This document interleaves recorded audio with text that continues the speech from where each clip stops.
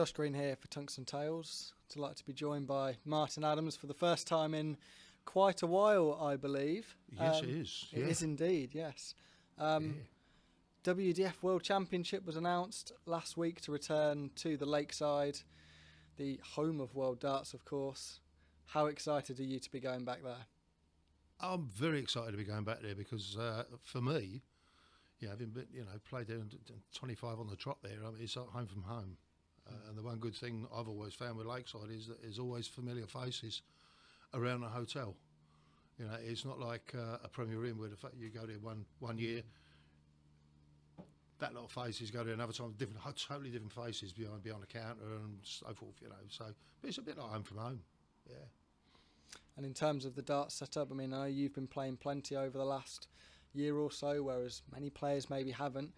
Are you happy with where your game's at the moment?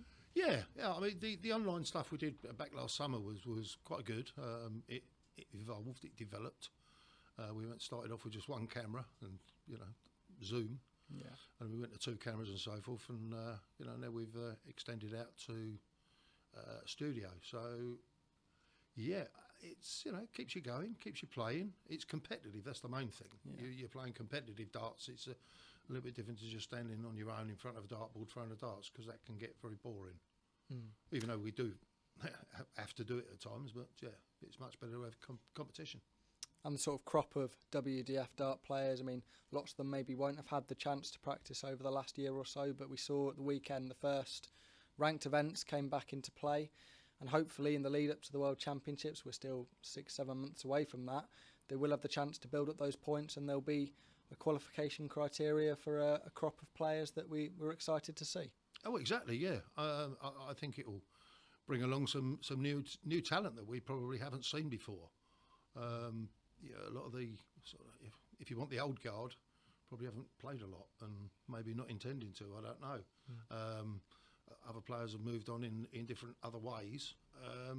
So I think we're going to see some new talent, which is really good for the sport. You say that it's been 2 years since we've had. Well, it will have been 2 years since we have had a WDF or then BDO World Championship.